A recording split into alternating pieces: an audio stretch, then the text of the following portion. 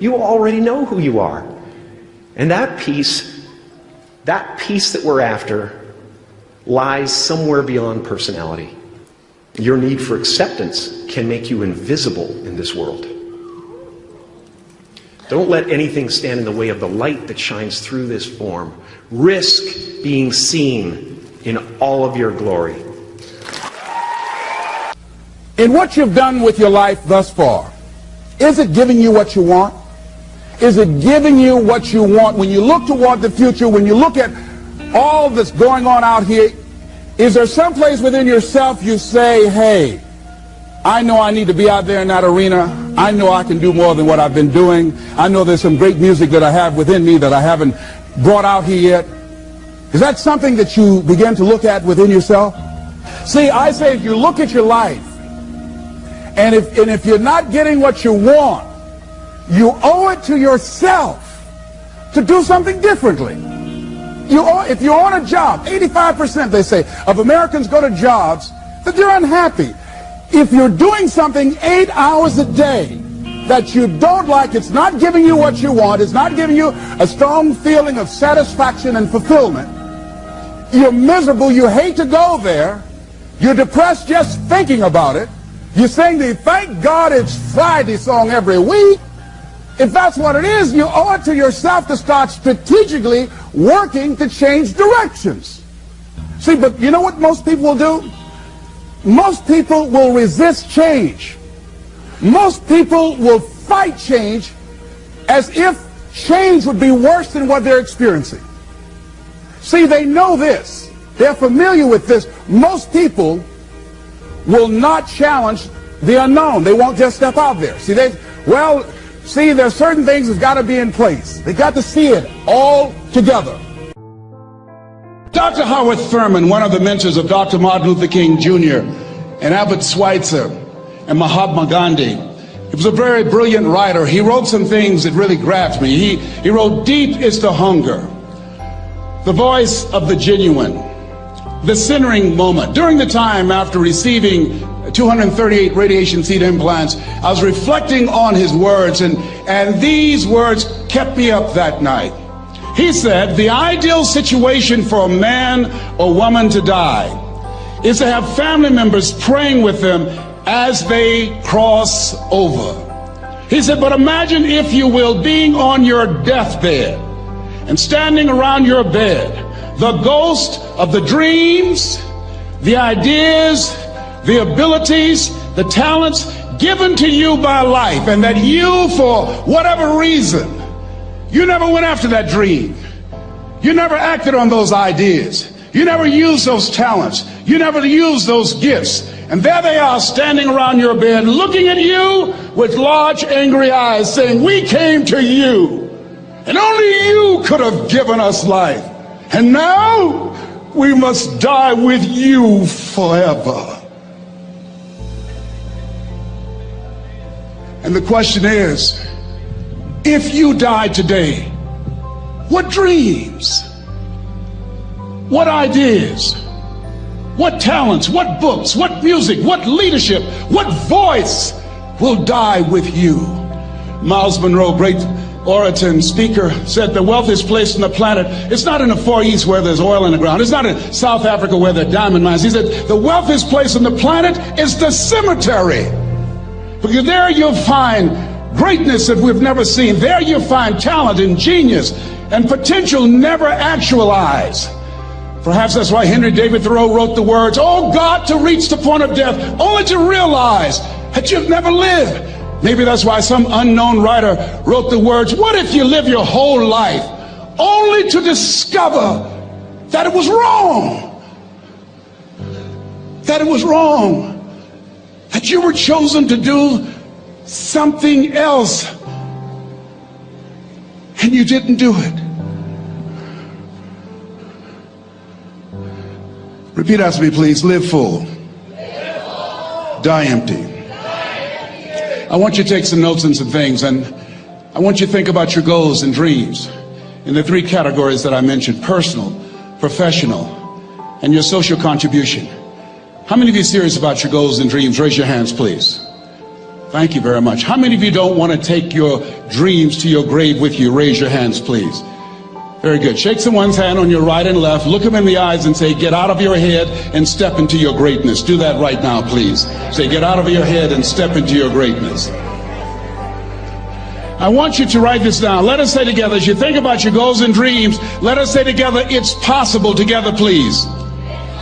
Yes, write that down. See, ladies and gentlemen, as an entrepreneur, I've been an entrepreneur for 20 years. It's my 21st year. I could have been speaking and training for 34 years. But for 14 years, I was living in my head. For 14 years, I stopped myself. For 14 years, I used to go see Zig Ziglar, that I considered the #1 motivational speaker on the planet. Zig Ziglar and Tony Robbins, they're the best on the planet. Bob Proctor, they're the best on the planet. Jack Canfield, Mark Victor Hansen, T. Harv Eker. I would go and see them, and then I would leave, and my conversation with myself was, my heart would say, I can do that. And then my mind would ask, how?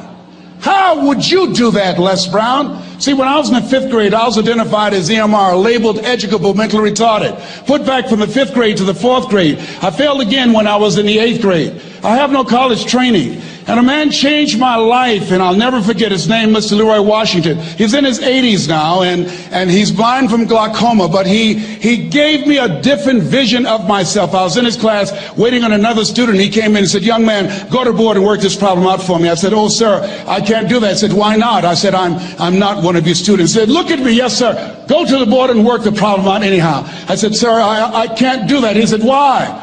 I said, sir, because I'm educable mentally retarded, sir. I'm in special education. And the students started laughing. They said, that's Leslie. That's not Wesley. He's DT. Wesley is the smart twin. He said, what does DT stand for? I said, I'm the dumb twin, sir. And as the students laughed at me, he came from behind his desk. He looked at me and he said, don't you ever say that again. Someone's opinion of you does not have to become your reality.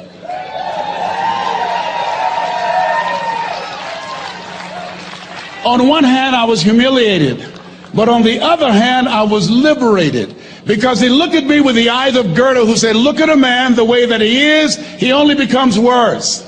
But look at him as if he were what he could be, then he becomes what he should be. And so we developed a relationship. And one of the things that I can just tell you as you think about your goals and dreams, all of us can say in a spirit of integrity that it's possible. That if anybody at any point in time lived their dream, then it's possible that I can live mine. And what I did was, I made a mistake. I looked at my goals and dreams, and my mind said, how will you do that? I went from my heart to my mind, and I stayed up there for 14 years. 14 years. I can't bring those 14 years back. Those years are gone.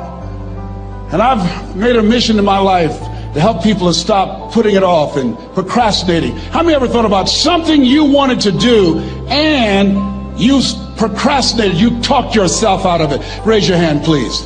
There's a proverb that says, if there's no enemy within, the enemy outside can do us no harm. And so, as you look at your goals and dreams, every day we must convince ourselves, we must sell ourselves on that it's possible. Every seminar, every workshop, every book that I've ever read, every speaker that I've ever heard, it interrupted what I was believing about myself. Everything that you do, everything matters. As you go through each day, I know now as I look back at age 63, looking at my life, everything matters. T. Harv is right. How you do anything is how you do everything. And I realized that the choices I was making was based upon how I saw myself. Let us say together, it's necessary. Write that down. It's necessary as you look at your goals and your dreams, it's necessary that you have a strategy and a game plan to change the story that you believe about yourself. And that's an ongoing process. I've discovered, and many people have, that what we do, what we accomplish, what we produce is a result of the story we believe about ourselves. My favorite book says, be ye not conformed to this world, be ye transformed by the renewing of your mind. And so as I began to work on myself, I realized that I'm getting out of one story and stepping into another story. As I become aware of some things, there's still some things I'm not aware of. So I'm still growing, I'm still developing. I'm like the lady who said, Lord, I ain't what I want to be, ain't what I'm going to be, but thank God I sure ain't what I was. But I realized that you have to work on yourself on a regular basis, and write this down, for mental mindset. For mental mindset and stamina. Because things are going to happen to you. I believe that the reason that most people go to their graves with their talents and abilities and skills in them is because of the fact, number one, many are like me. They didn't know that they didn't know and thought they knew. I thought I knew myself, and I really didn't know myself as well as I thought. I've discovered that sometimes people can take you to a place within yourself that you can't go by yourself. The other reason is I was afraid. I never worked for a major corporation. I wanted to speak for corporations. I was afraid I would be exposed because I don't have a college education. I felt inferior because of the fact that I don't have a college education. I allowed that level of fear of failure to stop me. And because I never had any experience in it, I assumed that I could not do it. I was paralyzing myself by believing and assuming the limited part of myself as opposed to believing that I had something special. You have something special. There's something you want to do. Because you don't know how to do it doesn't mean that you can't learn. I like something that I heard. You don't have to be great to get started, but you have to get started to be great. Repeat after me, please. Leap and grow your wings on the way down. See, the people that will live their dreams, the 2% that will do that, these are, and write this down, become a risk taker. They're risk takers. They don't mind failing. They don't mind making mistakes.